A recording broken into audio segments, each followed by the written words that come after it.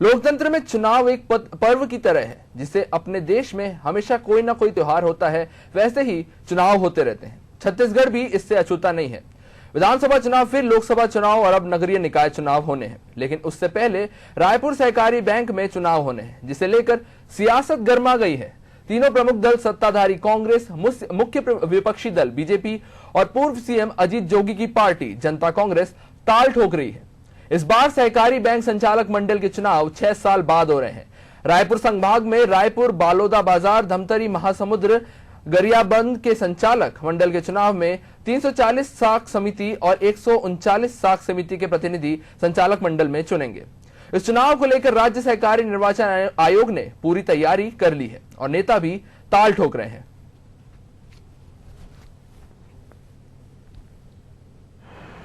Central cooperative bank Raipur में चुनाव कार्यक्रम जारी हुआ है। उसके अंतर्गत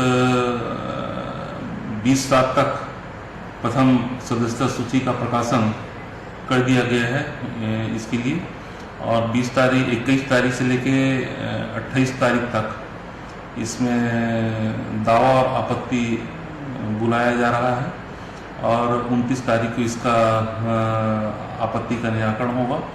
और उसके पश्चात 3 दिन के भीतर यदि किसी को इसमें उस आदेश के खिलाफ कोई अपील करना होगा तो अपील किया जाएगा, और अपील यदि नहीं होता है तो अंतिम मतदाता सूची का प्रकाशन, जिसको चिन्हित प्रति बोलते हैं, वो करके और राज्य निर्वाचन आयोग को भेज दिया जाएगा।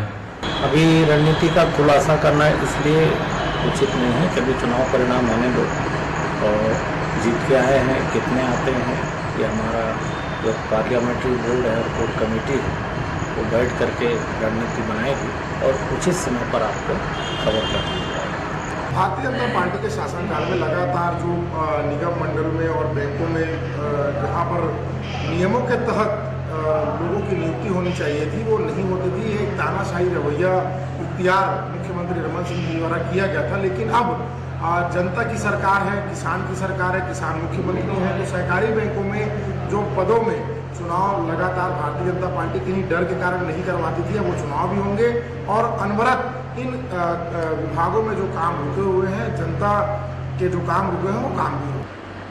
देखिए, सहकारिता के चुनाव, जैसा कि समाचार पत्रों में आया है कि चुनाव घोषित हो रहे हैं और निश्चित रूप से सहकारिता के क्षेत्र में बीजेपी ने काफ़ी काम किया है और बीजेपी की सहकारिता प्रकोष्ठ भी एक हमारा है जो सहकारिता के क्षेत्र में लोगों के बीच में जाकर काम करते हैं।